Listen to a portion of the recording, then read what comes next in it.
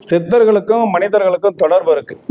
எப்படி இருக்கு அப்படின்னு பாத்தீங்கன்னா, எந்த சித்தராக இருந்தாலும் உங்களுக்கோ எனக்கோ அவர்கள் ஒரு பாட்டனார் முறையில தான் இருப்பார். அவருடைய பரம்பரை தான் நம்ம.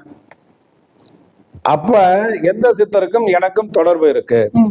எந்த சித்தரை நான் வழிபட வேண்டும், அந்த சித்தருடைய பெயரை எனக்கு எடுத்து கொடுன்னு சொல்லி உங்களுடைய குலதெய்வத்துக்கிட்ட பிரார்த்தனை செய்துவிட்டு, அந்த சுருட்டி போட்டீங்க இல்லையா 18 சித்தர்களுடைய பேரு, அதை நல்லா குலுக்கிட்டு குழந்தைகளை விட்டு ஒரு பேப்பர் எடுக்க சொல்லுங்க. அதுல புலிப்பாணி சித்தர், காகபுஜண்டர், போகர், இப்படி ஏதோ ஒரு சித்தருடைய பெயர் வரும்.